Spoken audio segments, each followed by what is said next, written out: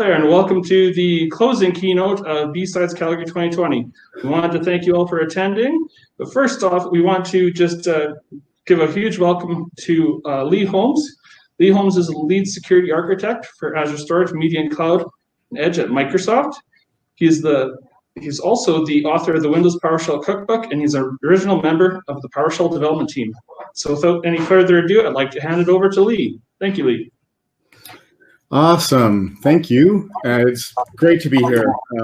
It is incredible with all that's been going on in this pandemic and everything to be able to come here and join you all for BSides Calgary. So today, for the closing keynote, what we're going to talk about is surviving your first incident response. You know, over the span of the last 2 days, we've had a lot of great talks dealing with logging and collection and referring to incident responses. And what I wanted to do was to talk you through what a response might look like and ways that you can survive it. Now, normally at this part, I would go through an about me slide, but if you saw Keenan's opening keynote, like nothing I say is going to impress you. I have not diffused live bombs. I do not have a successful private company. And so, but I will give you a little bit of background about me and where I'm coming from. Now, BSides Calgary, I'm super excited to be here because I'm a Calgarian. I grew up most of my life in Calgary. Went to Bowness High, broke a couple bones wrestling, got a couple concussions with doing rugby, and so had a great old time. And then from there, I went to U of T, took software engineering.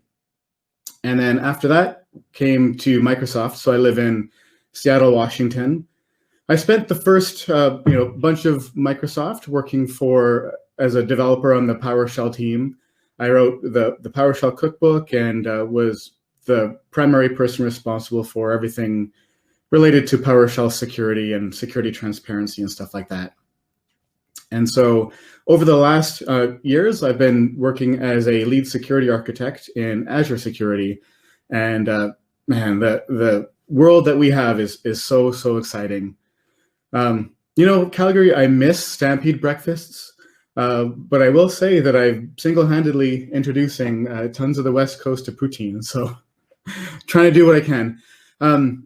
What I will say during the talk today is that if you have questions, we will have a little bit of time at the end. So if you have some questions, feel free to mention them in the event. I'll try to keep my eyes on them and either incorporate them or we'll have a chance to talk through things nearer to the end.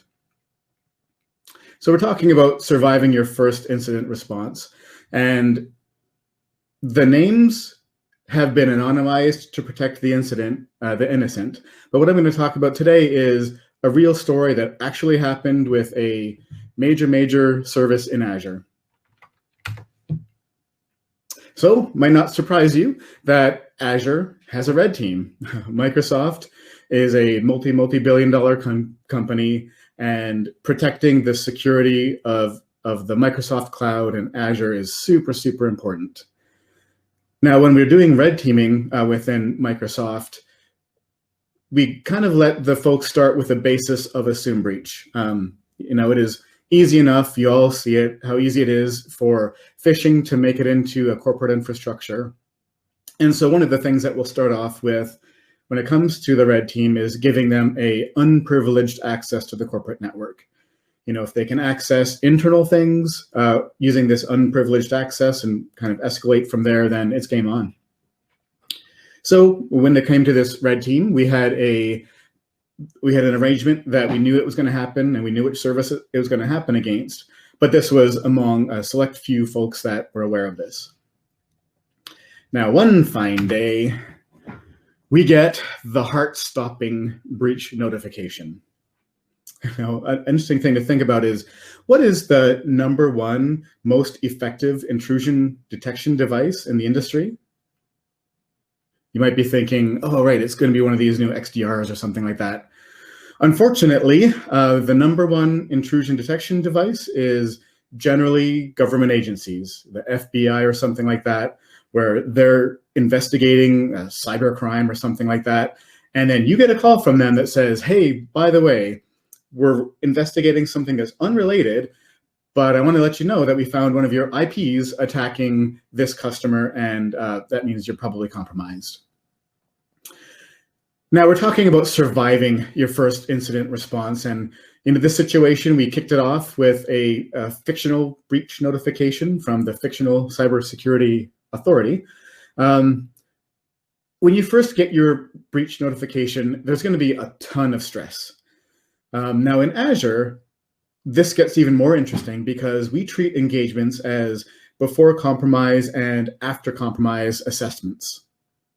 Now, a lot of red teams, once they accomplish their objective, you'll get a readout to the folks that are involved and say, hey, this is exactly what happened. This is what we got access to. This is how we got there. And then you have that kind of bad place of having to clean it all up. Now, one of the things that's really important is attackers aren't always going to do that. And so actually remediating a breach and to have somebody come in and set up a beachhead and it's your job to get rid of them, well, this is really, really important. And so this is, once we got this breach notification, this is the red team saying, hey, we're in, now get us out. And they're gonna get in there and try to stay in there. And so this is where it got crazy. Now, when people talk about incident response, you often think about it being carried out by this very single, highly structured entity called the blue team. But real life, it's a lot more fluid. It's a crazy, crazy effort in a dynamic situation. Your hair is going to be on fire. Your eyes are going to be bugging out. You're not going to know north from south, east from west. As Mike Tyson likes to say, everybody has a plan until they get punched in the face. Now, this dynamic blue team, it's going to end up becoming a huge collaboration between your SOC, your operations center, legal, corporate security, members of the features and service teams. The one thing that people do not realize about the blue team is that in an incident and in a breach, literally the whole company is the blue team. So you're going to be surrounded by support and you're going to have all of the resources you need at your disposal. And in this haze of war, what's even better, from a responder's perspective, we have an incredible advantage as defenders. This is our network. We understand it the best. We might not understand it terribly well, but we understand it the best. And attackers, they're walking barefoot and blindfolded across a floor full of Lego and mousetraps. The more Lego and mousetraps that you can set up beforehand, the better, of course. But this is your network, and you're going to know it way, way, way better than any attacker. So here's the thing. When you're in this situation, panic, it will set in. When you first learn that you're compromised, you're going to panic. Your first instinct with all of this and similar situations is going to be to just react, like just to do something to make the pain go away. You're going to feel this pressure to like immediately scramble, work the weekends. But if there's one defensive lesson I want you to take from this entire discussion is that you need to be careful and mindful of every action you take. One thing that I will say, if anybody here is a participant in a red team, one thing we found really, really useful is that an initial triage of the breach by an uninvolved party is really important. So in Azure, if the red team ever finds something that they consider a very, very dangerous exploit, right? So a patched system exposed to the internet or something like that, well, then they don't play around with red teaming. This is like, you got to get this fixed immediately. And that's kind of game over there. But when they're doing their internal prioritization, they might not realize about the actual risk of some certain systems. They might not realize the classification that it's got high business impact data or something on it. And so this is where it's good to have an initial readout with the red team and somebody who's high enough to be able to make rational decisions about risk and say, yep, we agree the path that you found in is a risk and it's terrible that it happens, but it is not a thing that we need to just kind of stop everything and get it fixed as though this is a real incident. So as I was saying, panic, it will set in. At literally every stage of the process, you're going to get pressure of yourself and others to react. And the thing is, this is not only a personal pride, but this is your customers or this is your business. You're going to feel this just gut reaction to want to do something. But even with all of that, taking a very careful and measured approach is one of the most important things you can do. Now, in our industry, a response, like I mentioned, often starts with something concrete. So this is a tip from the FBI that they've seen an IP of yours during a criminal investigation. And at that point, you can start to do something like, okay, this IP is compromised, and start to really focus on that. And when you do that, then you can start to expand out the breach and investigation. But in our situation, we weren't so fortunate. We weren't even notified what had been breached. We were only notified that they had gotten access. And so our first stage was discovery. Like, this is traditional hunting where at this point you have the benefit of knowing that somebody is in there. So we started to take a look at things like, how does production change and how does your infrastructure change? And it's things like suspicious deployments. Have you deployed anything new to production lately? Within Azure, we don't allow any standing access to production. We all go through a just-in-time access system when you need to do some actions. So have there been any suspicious just-in-time requests recently? Any management actions against the machines, suspicious binaries, system behaviors, and things like that? And so this is the part where you start to dig around. And at this point, you're just looking for anything out of the normal. Now, one of the useful ways to do this is in Azure using Azure Sentinel. Your Azure services and your cloud services are probably going to be a mix of infrastructure-based services as well as hosted services, so kind of platform as a service. So one of the first investigation streams that we kicked off was against infrastructure itself, so traditional hosts and things like that. So as you know, it's possible to collect a tremendous amount of useful security data from your systems. With this data, you can use hunting queries, looking for suspicious process executions, users being created, and those kind of things. So in this example here in Azure Sentinel, if somebody is running Who Am I on your infrastructure, then they're probably not your friend, and this is something that you can dig into deeper. So if you haven't had a chance to look into Azure Sentinel, I would really recommend it. The query language that you see here, this is called the Custo query language, or KQL. This is used in a ton of places across Microsoft, from Defender ATP to Azure Sentinel, Log Analytics, lots of different places. So if you're looking for a thing to investigate deeper, really spend some time learning this. It's really worth your time. So tons of data is usually a good thing. But here's the thing, waiting around is for chumps. It's possible, of course, to collect a tremendous amount of security data. And tremendous is a polite term for it, because you can pick up data from hosts, all the event logs, all of the firewall logs, all this kind of stuff. And in Azure, our data collection policies have evolved over time. It's really, really easy to drink from this fire hose of data collection, because if you don't collect it, you obviously can't use it. But here's the thing that's easy to make a mistake is if you collect too much, you can't use it either.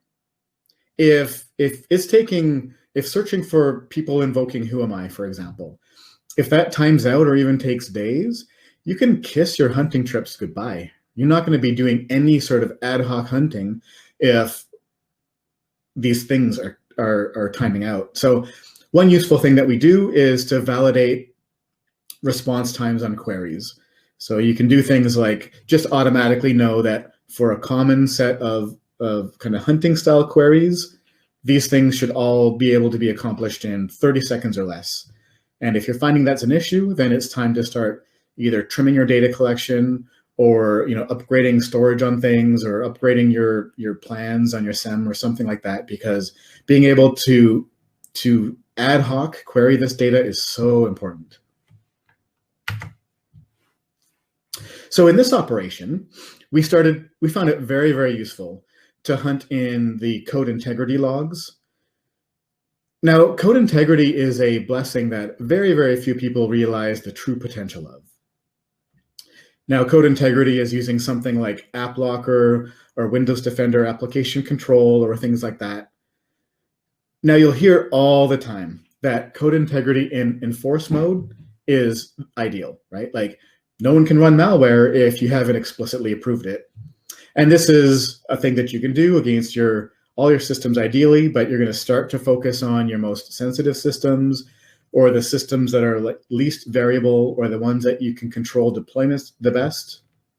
But even when you're in a transitional state, audit mode is incredibly useful, because at that point, with the audit mode in code integrity, you already have access to the things that you knew might not be allowed. You're already excluding everything that you know is supposed to be there. So you're getting the processes, their command lines, their hashes, if they're assigned by anything. This is just an absolute bonus of data collection. And if you haven't done this yet, code integrity in at least audit mode, now is the time. This is really, really useful source of data. Now, here's an interesting thing. When you're wading through data, the options, they can seem endless. So, this situation, we're saying, okay, let's start taking a look at the code integrity logs and look for suspicious things. But the problem is, how do you look for suspicious things? And the answer is that long tail analysis is amazing at ad hoc data reduction. So in this graph here, you can see this is us grouping our code integrity logs. Or in this situation, this was us looking for suspicious command lines. Now, most systems follow these pretty regular paths. And so when we grouped by command line, we could straight up exclude 95% of all the command lines in production, because they had been run thousands or hundreds of thousands of times already. Now, unless an attacker is being super, super spammy, it's unlikely that they're going to be in that part. So then what you can start to do is take a look at the long tail. So wow, in this investigation, now we're just looking at this long tail and doing some sort of patternistic reduction and stuff. We started to get some signs. Now, I mentioned the whole team is the blue team during this. So in a simultaneous investigation stream, we started to dig into audit logging. And audit logging, you have this everywhere. Anytime somebody is granted access to a resource, this is the thing that you're going to want to be looking at. Ideally, the audit logging includes who did what, but even just knowing that somebody was authorized to connect to this system or log into this device or connect to this portal, that is really, really useful data to start digging through. So in Azure, if you're hosting things in Azure, the Azure activity log is an incredible source of data. So you've probably poked around in the Azure activity log, but it truly is amazing what access you have. All of Azure's management actions go through ARM, so the Azure Resource Manager, and that includes everything. So deploying new VMs, creating new storage accounts, all that kind of stuff. So the Azure activity log gives access to all of these management actions that have been taken against your Azure subscriptions. So here's an example where we can take a look at the audit logging. On the left, we see a grouping and some really cool things like somebody doing list keys on a storage account or registering for SendGrid notifications and things like that. But we started to get some additional findings here. And this is where, again, you have full access to the KQL query language. And then you can start to take a look at, why do we have callers from an IP address that we've never seen before dumping a list of keys? So at this point, we started to get really suspicious. We found some suspicious command lines, some suspicious activity logs, some suspicious command lines. Yeah, you just, okay, red team, I don't like what you did, but I can respect it. But now we had something concrete we could go on, and it was game on. At this point, we started to engage the SOC and our legal team. And while we were going through that, we started to reverse engineer some of the binaries that we had found on these systems. Now, here's an example of one of the things we found. This is a .NET-based reflective loader. So this is a .NET executable, or DLL, that would take an arbitrary array of bytes, dump it into memory, and pass off execution to that thing in memory. Now, well, .NET, by the way, has become like a new hotness in red team tooling and offensive security tooling, but it is the easiest thing to get going with reverse engineering. This tool here is called DNSpy, .NET Spy, and it will open up and decompile the .NET code, and it's pretty much just like reading straight up C#. In this example, you can see that there is a loader loading in the DLL and creating some shellcode and running this in memory. The cool thing about DNSpy as well is that even with this source code, when you're starting to reverse engineer it and try to figure out what's happening, this is just a decompiled version, and you can set a breakpoint and dig through it and see what's happening. So this is really cool. DNSpy, if you haven't had the chance to take a look at it, I would really, really recommend it. Now, one of the DLLs that we found was a Python-based C2. This is an example of, and this was just straight up native code, a native code DLL being loaded. So we loaded this in Ghidra, the open source native code reverse engineering library from the NSA. Now, if you see in the strings of a library that waiting for victim, probably not a good thing.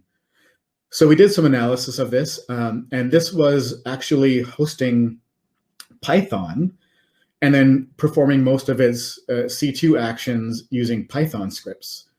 The work that's been done with PowerShell, security transparency, and everything else has started to sour the environment for people using PowerShell. Obviously, attackers are still using it when they can, but there is so much visibility in PowerShell that smart attackers are moving off of it and moving on to other things that are less transparent, that's for sure.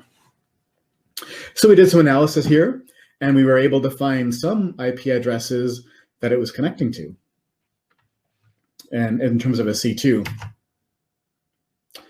So discovery, we at this point knew we had a couple of those things that we could find were actually compromised machines, and we had a couple things. And these were things that we could start to look at. So at this point, you're looking for scoping.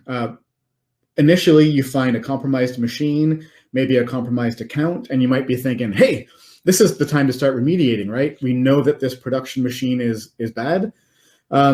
You're going to get, again, a ton of pressure from both your own mind and others to start remediating. But here's the thing. How do you know what to remediate? If you don't figure out how they got in, they're just going to get right back in after you clean up. So the next stage is really, really important, and that's scoping. At this point, you're taking a look for what all is compromised. What machines in the corporate environment, service accounts, user accounts, other corporate resources. Maybe you're trying to find external entities, so where the C2 is connecting to, or where some servers have communicated with. Have they taken over any of your subscriptions in Azure or AWS? So scoping is a really iterative process. You've got a corporate service account in our situation. We knew some machines that had executed some suspicious tasks, some IP addresses of maybe some of the C2 services. And so as part of scoping, you say things like, What did they connect to? What computers or IPs or shares did they connect to? Who connected to those things? Because anything that connected to them, maybe they were compromised. What did they connect to going outbound? And another big thing too is what else is in that security context? So if you knew that a machine was compromised, well, at that point, you should think everything on that machine might be compromised. And so if this machine is being used to ship executable code to other machines, well, then you should consider those machines to be compromised as well. And so scoping is this process of going through this over and over again and starting to build out your understanding of exactly where the attackers are and what they're doing. So this is where we found, as part of this, where we found a security group that had been far too open. And we found the account of one of the red team operators in this incident that had joined the security group. And it's kind of like How You Met Your Mother kind of thing, is kind of bad, kind of good to put a face to the name. This is what makes me think it must have felt like when, you know, Mandiant and FireEye were first digging into APT1 and seeing the actual building in China where actual hacking is happening in this building. You know, putting a face to your attacker can make a big difference. So at this point, you might have a fantastic idea of what a compromise map will look like as you track down all this stuff. And here's an example of Maltego where everyone talks about, hey, these machines connected to these machines, and it's all great. Realistically, this is what it's going to feel like. Your hair is going to be on fire. You're going to have notes spread everywhere. OneNotes that you tried to put some order to, but everything's just in a to-do. It's going to be a mess. It's going to be a mess. Your brain is barely going to be functioning. But at this point, you know, after enough scoping and enough work, we had a concrete working hypothesis of how these things were chained together to ultimately get access to a compromised service account. But we started to run into some scoping challenges. In our case, scoping on a corporate account, you know, inside the Microsoft network, it's manual and it's time consuming for the corporate security team. And you never want to have people feeling like they're just blowing time for war games when they've got other things that they're investigating as well. Also, as you mentioned, we started to get to a point where we're finding the actor being a red team operator using their domain credentials to do something. And you're going to run into privacy issues if you dig into that more. You're not going to be taking a look at every website they viewed because it's going to contain like their payroll data and stuff. And at that point, you do want to back off because this is a privacy thing.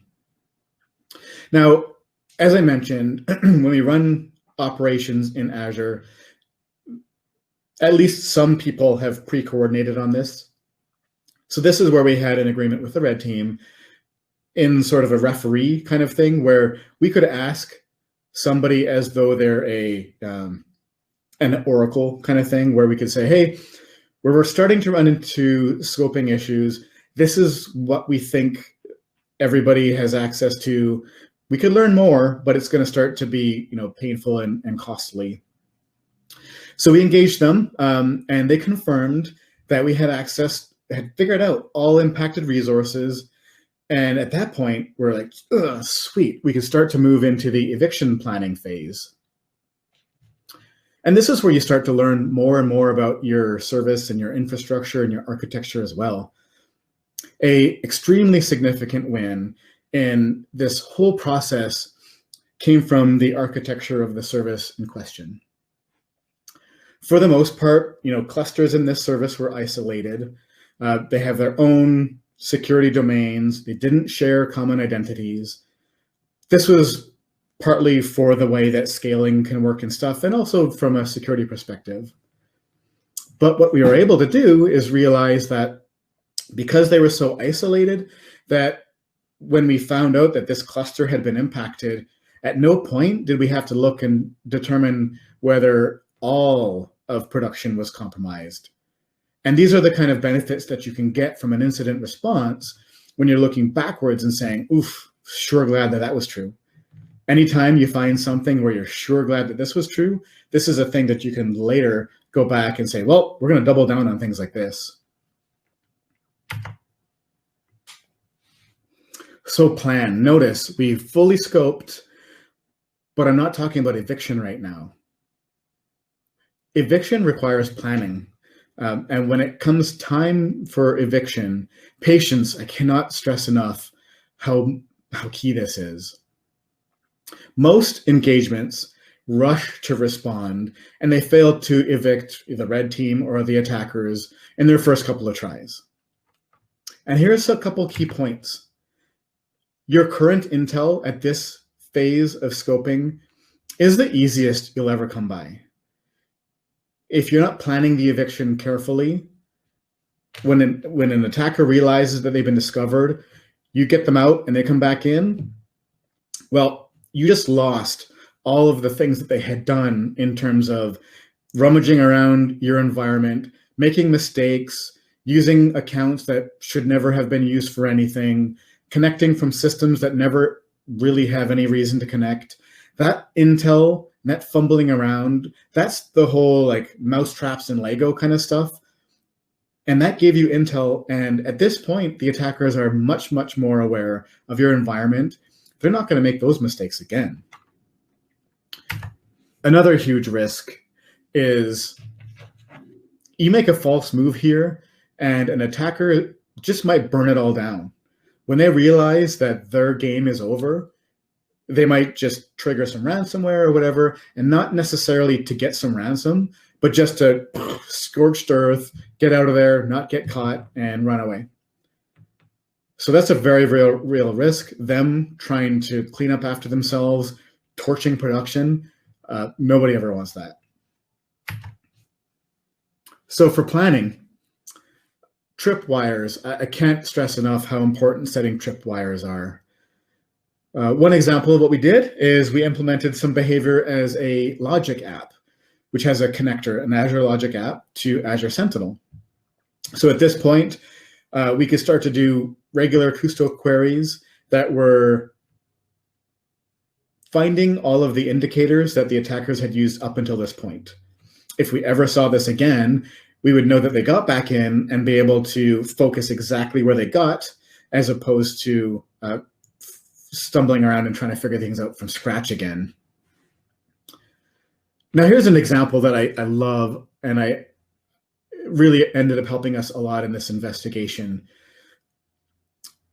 When you're looking for setting tripwires, you might do something like, we talked in the past about looking for unique command lines. So during an incident response, you might say something like, hey, you know what? We're doubling down on this. I want to just manually look at any unique command line that we've never seen before. That sounds like a really complicated thing to do, but it turns out that there's a really, really elegant way that you can do this. Now you might think, okay, set a baseline, compare against the baseline, but what does that baseline look like? Is that you having a list that says, hey, if it's this command line, ignore it. If it's this command line, ignore it. That's going to be a hard work, and you're going to never be able to set up baselines that way. One thing that really helps here is take a look at this tripwire. So here's an example that shows all of the command lines that have been run in production in the last 5 days. In this situation, there was like 966. Now here's an example of setting a tripwire in Sentinel itself. So I can set a create an Azure Sentinel alert based on this Kusto query. So this Kusto query is just telling you all of the distinct command lines that have happened in your infrastructure. And this is a thing that us as just InfoSec pros can investigate as well. So you can set up sysmon with a collector, have that thing going into log analytics and Sentinel in the cloud. These things all exist. So you can be doing this against your home network at any point in time. Now, once you have a query that says, hey, here are all of the unique command lines that have been run, all you got to do is say, create a Sentinel alert and say, alert me whenever that number goes above a certain amount. So then you get a alert that says, hey, this is a new command line that hasn't been seen before, and you can review it. Or you can do things like find me all unique command lines and that haven't been seen or that have only been seen in the last 5 days. And you can get really smart about this and set some really, really cool tripwires. So, in terms of planning, eviction, it requires planning. What we did here is we laid down tripwires for everything we knew about the attacker and their behavior. One of the big things is we had found that the attackers, they were communicating to an Azure subscription as the hosting for their command and control infrastructure. So one of the things we wanted to do is work with Azure Fraud and Abuse to plan a takedown of that subscription. And this isn't something that we have a unique right to do within Microsoft. Azure and Microsoft has a public portal that you can engage with. It's the Microsoft CARS API. You can use this for reporting phishing, reporting attacks happening from Azure infrastructure to your infrastructure. So we prepped fraud and abuse that we wanted to do a legal takedown of this. At that point, we had to get legal sign off, that we had correct proof that this was being used maliciously. We're going through all that process. We started to evacuate production workloads from systems. So that way, once we went to actually trigger a rebuild of these systems, we wouldn't have to worry about it impacting any customers or anything like that. And we prepared this very careful ordering of these takedown activities with the idea that we would start with the ones least likely to tip off the attackers and gradually get more and more obvious until we cut off their access and they would probably realize it, but at that point, they would have no luck of getting back in. So we reviewed the plan with all of the impacted parties, prepped leadership, directors, all this kind of stuff, and we planned to kick this off with everybody in a war room on a Friday morning. I was excited. I was going to make a bit of a party of it. We were going to sit down with donuts and all that kind of stuff. But sometimes the best laid plans, they do not go as you expect. All that careful planning and orchestration that we had done. Here's the thing. We miscommunicated that we were looking for pre-approval to take down this Azure subscription. So as soon as Azure Fraud saw that it had been appropriately legally approved, they acted. And I got a call from somebody who was involved in that, and they're like, Lee, I got really bad news. Yeah, we had this whole plan, and taking down the subscription was going to be the last thing we do. But our hand is tipped and is taken down. We got to move immediately. So, we were really fortunate here that our plan was comprehensive enough that all we had to do was carry it out. We knew that this was what we were going to do, and we're like, all right, I know we were planning to do this at 9 a.m. on a Friday, but we're doing this at 2 p.m. on a Thursday. So we engaged the war room immediately and basically just worked through the eviction plans.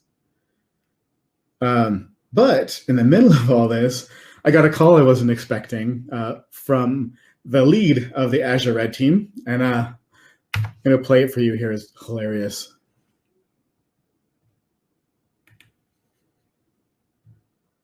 From the Azure Red Team. We have the subscription that we're using for the Dropbox operation. It seems like I don't have access to it anymore, including our OneNotes and other Red Team infrastructure. Any chance you know anything about this? So let me know. Thanks a lot. This was hilarious. So turns out that this Azure subscription is also the same Azure subscription that they were using for all of their management stuff. So their OneNote that they were sharing their operational details about, the Word document that the Red Team lead was working on for preparing for the readout, and all of that went away. I talked about it with him, and here's the background, and it makes total sense in retrospect. You're seeing here how much Microsoft invests in security in Azure. And we did this with the idea of, we have these rules that say you must host literally everything about your operation in Azure. Because if they're being forced to host things behind Tor or DreamHost or just garbage like that, then you're just putting Microsoft and Azure at incredible risk. Obviously, they could have hosted it in, behind some sketchy hosting environment that wouldn't react to takedown requests and stuff. And so, after talking with them about that, I was like, yeah, of course. So, changed, updated our plan to give back the subscription. And after giving it back, had a sync with him and said, hey, we think we're done. Let us know. And I was just so happy. This was the happiest mail that I've ever sent in my career at Microsoft. Remember that I talked about the beginning of an incident where everybody is going to be stressed out. They're working to do whatever they can. The majority of the people that were involved in this incident response, they were not security people by trade. They were smart. They understood the service and things like that. But based on this, the red team was able to confirm that they had lost all access to the subscription. They had lost access to the infrastructure. They had lost access to all the entry paths that they had got in there. And this is 100% because of all the care and planning that we took in doing this very carefully. And with this exercise, there were some major wins, even after what initially felt like an incredible punch in the face. This is like your infrastructure. You take personal pride in it. But we evicted the red team within 7 days of being notified. That is, a record in a sample set that we're aware of. This is way below any sort of industry average. We learned that the cross-company collaboration that we did here was going to be extremely effective. And we learned a lot of things about our infrastructure that we hadn't learned before, and we didn't know before, in terms of security things that had massive positive beneficial impact. One thing I will say, the security isolation thing that I talked about, another huge thing is that this team, in terms of a cloud infrastructure and cloud architecture, had tons of experience of like repaving nodes. Being able to say, hey, we know that these nodes are compromised, pull a trigger and just blast them away. Having that experience was super important in all of this. And the existing security investments that we had in terms of auditing and code integrity, just-in-time access, all those played a huge aspect in our investigation. And so the one thing that I will call out here is that this is a new day. We've been used to hearing about attackers and all the fun tools they share, and we get to see all their retweets, getting all the likes and all that kind of stuff, and we can feel kind of downtrodden sometimes from a blue team perspective and from an incident response perspective. But the truth is, we have an incredible resource for things like BSides Calgary, all of the things that are being shared here, all of the defensive things being shared on Twitter and everything else. This is an incredible community.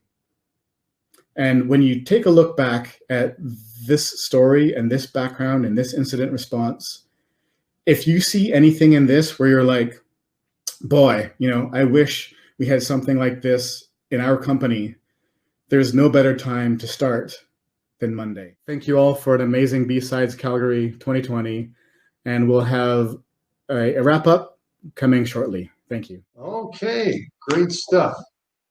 Well, this is one of those sad and happy moments at the same time. Happy I'm going to get some sleep. Sad that it's over. It's just been an awesome conference. It's been a very strange thing where we're connected but not connected at the same time. But I can't say enough about how much everybody's pulled together to try and make this really the spirit that we're looking for in BSides, with a lot of collaboration and a lot of cooperation.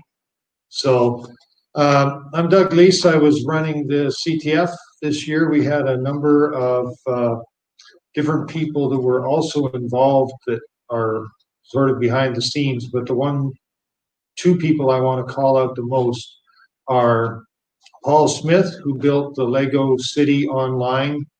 And I'm sure it's going to be there for quite some time. We were streaming it, and just an incredible work of engineering. There's actual physical things that you could do with that. And we connected that back up to cyber targets. We wanted to mimic the entire flow of an attacker coming in from the outside, just like Lee was talking about, doing their whole way through, and could they actually get down and turn off the lights. I think if they had another half day, they would have done it. We were getting real close there at the end, and I can't say enough about how hard it worked. But we also had tremendous help from the Bow Valley staff. Colleen Huber was instrumental in making sure everybody got looked after. We put together a lot of stuff on the fly. We were sending out packages, and Google bounced them back and said, "You can't send that. That looks like malware." "No, it's just a VPN software. Trust me, it's good." Pivot, doing Google Drives. It was nuts, but we got it. And she eventually was handing me sticky notes and do these users. Everybody got looked after. Everybody played hard.